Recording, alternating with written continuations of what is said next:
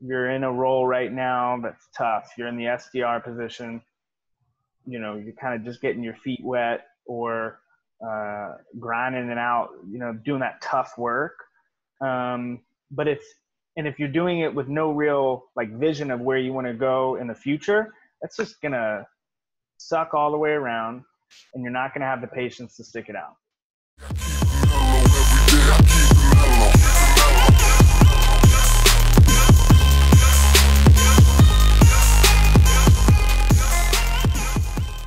Morgan J. Ingram here, host of the SDR Chronicles, bringing you motivational tips and tactics for your SDR journey, as well as a sales leader, sales professional, and as an entrepreneur, as sales development is super critical for your journey as you continue to move through the heights of your career. And so the topic of today is how to be patient.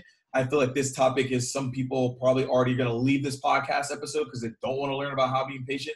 However, I'm a person who is very ambitious and wants to get after it. So patience sometimes I struggle with, but over time I've been getting more involved with it, and I've learned that, you know, over time I can be more patient, and I've really just been able to take that with stride. So I got James here with me today. We've connected through a mutual friend.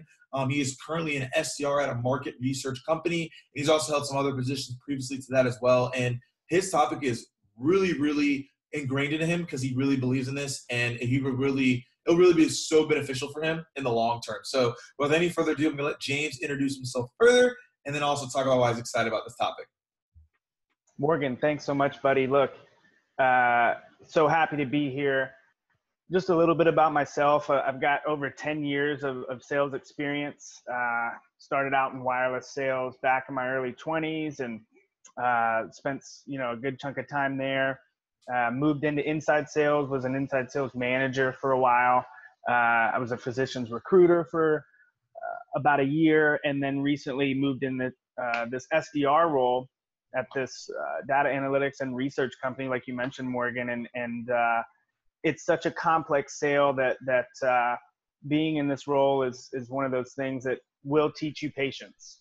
But overall, I think, like you said, the topic of patience for any salesperson, but especially an SDR, somebody that's just starting their career, it's tough. And so I think it's important that you and I talk about it so that other people start having those conversations and start thinking about what it means to be patient and the real benefits that come from it. 100%, James. And before we kind of dive into your SDR role at the company you're currently at, I want to talk about growing up. So when was the time that you were not patient, and how did that pan out for you? Whew. Look, you know, I'm not ashamed to say I was a huge collector of every trend there was back in the 90s, right? So whether it was Beanie Babies or a McDonald's toy or Pokemon cards or whatever it was, right, I wanted to collect all of it, right? And so, you know, I had my little side hustle and my little allowance and things like that, but the money that I had in the bank was never enough to cover all the things that I wanted to collect, right? So I had to learn, and, you know, you go to your mom, you go to your dad, they're not going to get it for you, right? So you have to learn. That was when I really learned about being patient and really wanting something, really kind of being obsessed with the idea of getting it and having to be patient and seeing that you do kind of come across that hurdle and get that thing, and it's that much sweeter. Yeah, no, for sure. Actually, fun fact, the audience actually does not know this, even though I've done a ton of content throughout the years. My first, I've done a lot of ventures over the years. My first real venture was me selling Pokemon cards. Boom. And I started a business off of that. And I was so shocked because people were buying these Pokemon cards for thousands of dollars. We were actually making real money. I am still to this day, I have no idea why people were paying this much.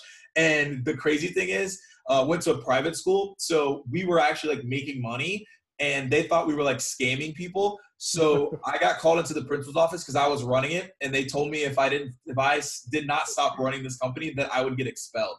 So like your first business foray almost right. cost you your My first real education. business. I got people working for me. Yeah, I almost got expelled. So most people don't know that, but yeah, that's funny that you mentioned. That's great. That's great, man. Yeah, Yeah. it carries on. It's still hot today, man. My little boy loves Pokemon, so it carries on. You could probably still make a couple of thousand out there, buddy. Yeah, it's crazy. We moved on. I think later moved on to like Digimon, and then it kind of Oh yeah.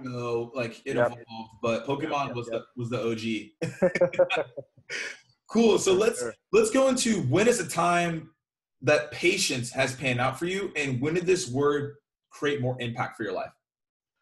Yeah, I think, look, kind of my story in my sales career, I started out in wireless retail sales, kind of fell into it, right? I mean, it wasn't like a strategic move that I made. I just kind of needed a job and found out I was decent at talking to people. And that's kind of how it started, right? And then I kind of like came online, right, and realized like, okay, I can really make a life for myself by being a salesperson if I'm really good at it. And so I started to learn and really started to start creating some real career goals, right?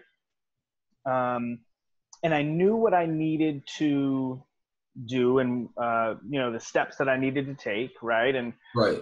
I kind of exhausted those right away, right? Mm-hmm. So my productivity went up. I started reading all the time, doing all of these things that are within my circle of influence. But I was still, I was feeling like, God, I want to grow more and more and more. And I want to, essentially make more money too, right?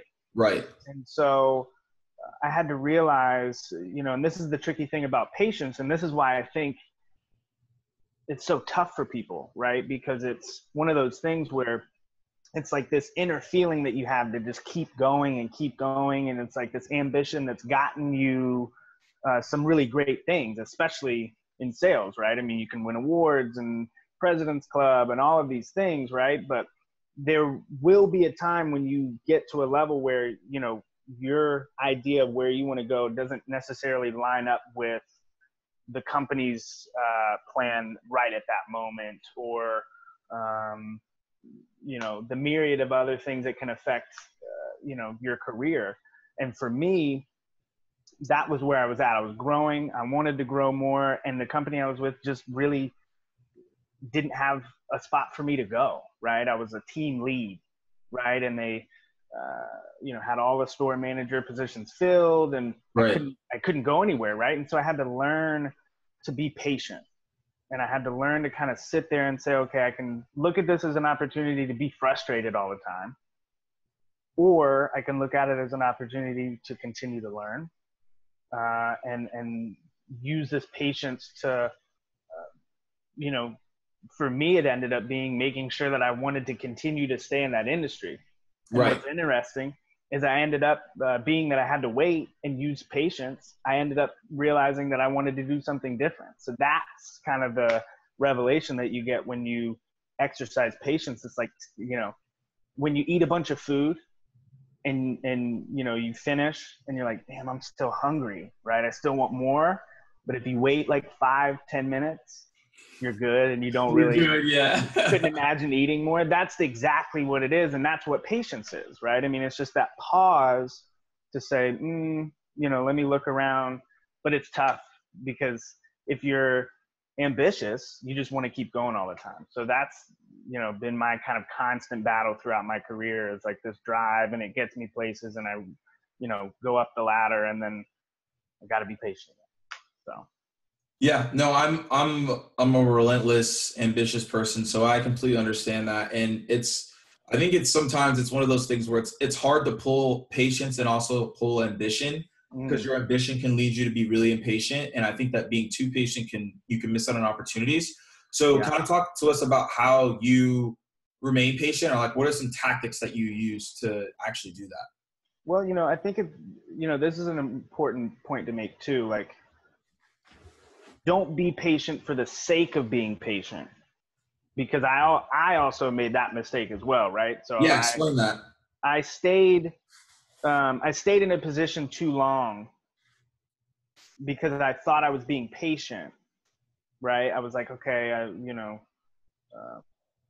need to ride this out, right? And I'm good where I'm at. And that turned into complacency, right? And so, especially for when I think about a new salesperson coming into like an SDR role, right?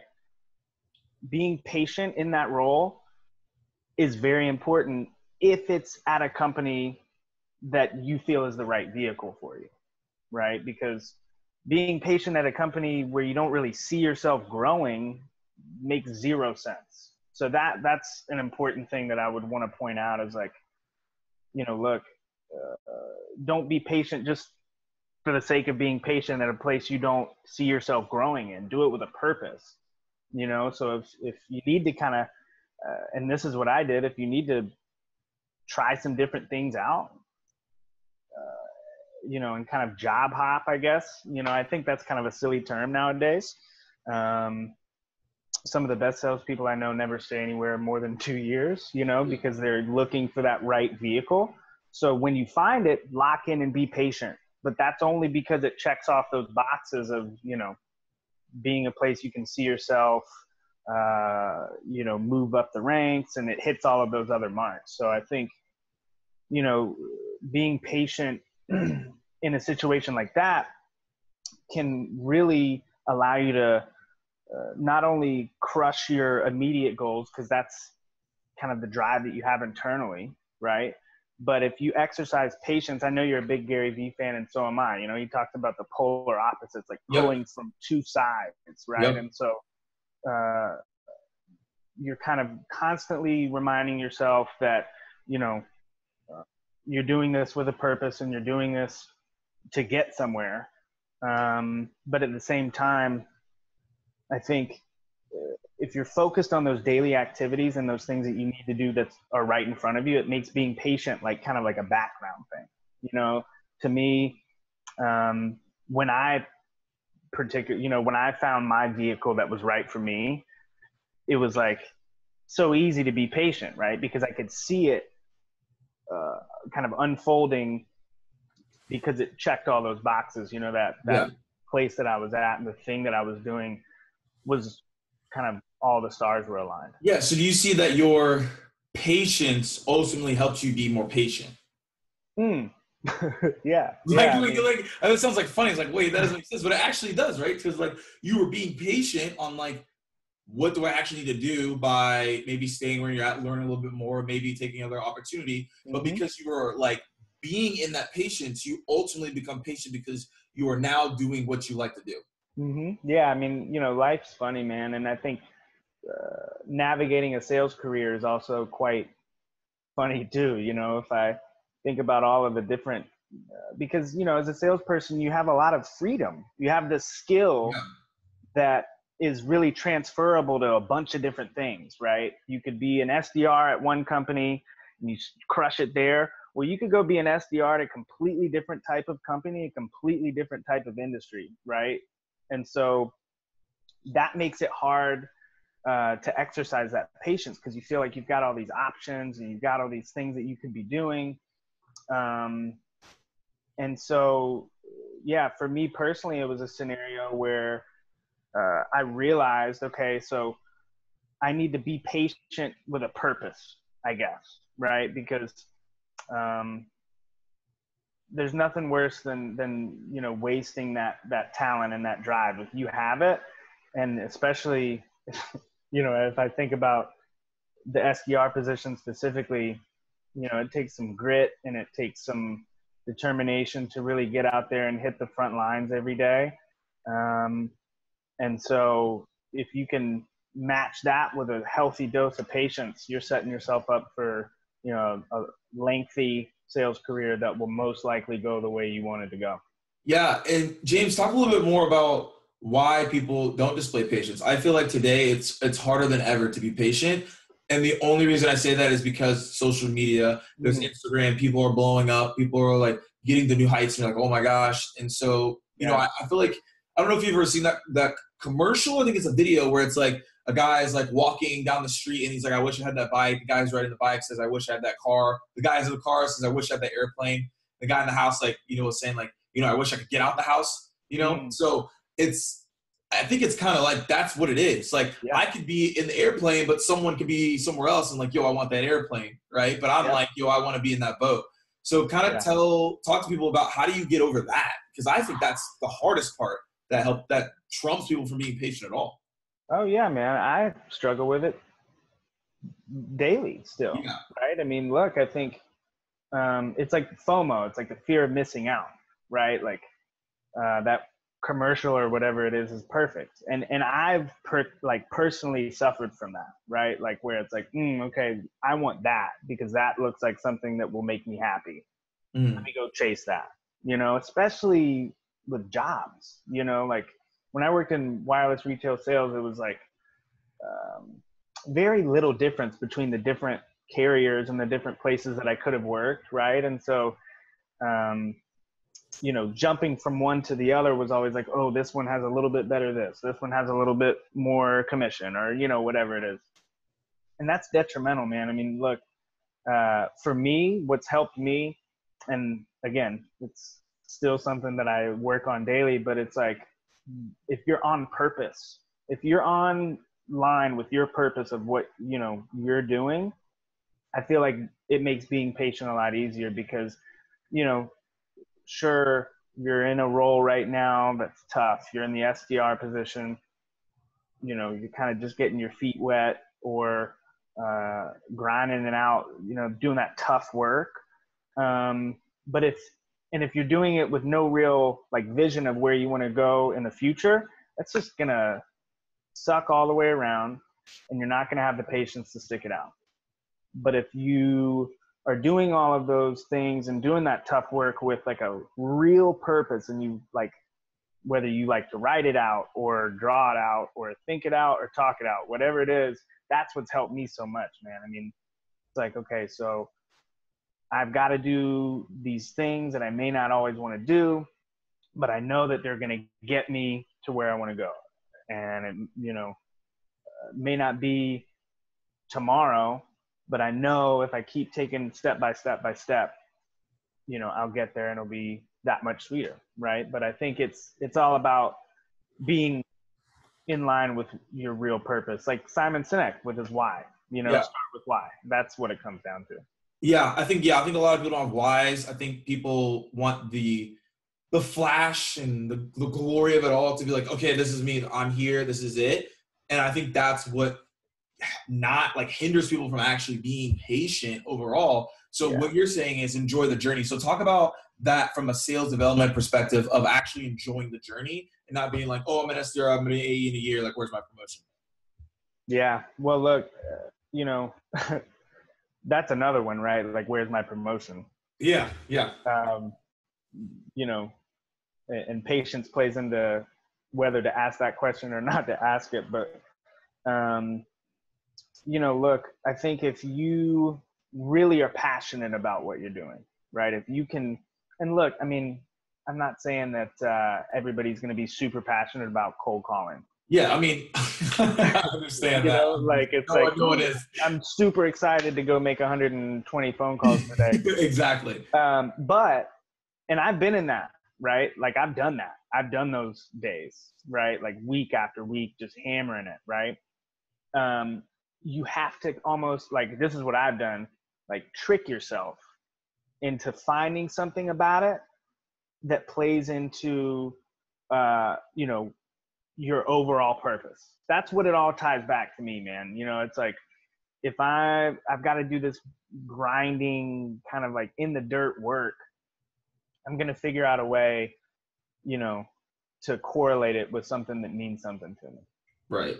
And I think that's an easy way. The other way would be, I mean, and this is something that I think maybe is so obvious that, you might not use it as much as you should, but like with your peers, vent with your peers, vent with the people that are going through it, connect with people on LinkedIn, be a part of a community that like you can kind of talk out some of those things that are frustrating Find the you. right people, though. You got to find the right people. That's very true. And You I can't think get to the wrong people. well, and I think, that goes back to like, the right vehicle too, the right people in the right vehicle, right? I mean, if you feel like, you've got a good group around you and you can, utilize some venting as a coping mechanism, that'll make being patient a lot easier too. Yeah, for sure. I think do you have people that you vent to on LinkedIn or within your team kind of as an SDR? Oh yeah, man. I mean, the unique part about what I do is that, some of, the work that I do is remote, right? So I'm not always around my teammates, which has been a unique experience, especially being in an SDR role. I think it's a much different day when you go into, a sales floor with 50 or 60 people all on the phone. I've been in that scenario too, right? And so, yeah, every time that I connect with my colleagues, it's always a good quarter of it is some good healthy venting and talking about our plans and what we want to do in the future, and I think that helps, right? It helps you feel like, okay, like I'm not alone and I'm not going crazy over here. And saying it out loud too, even just saying your why or your purpose out loud is huge too.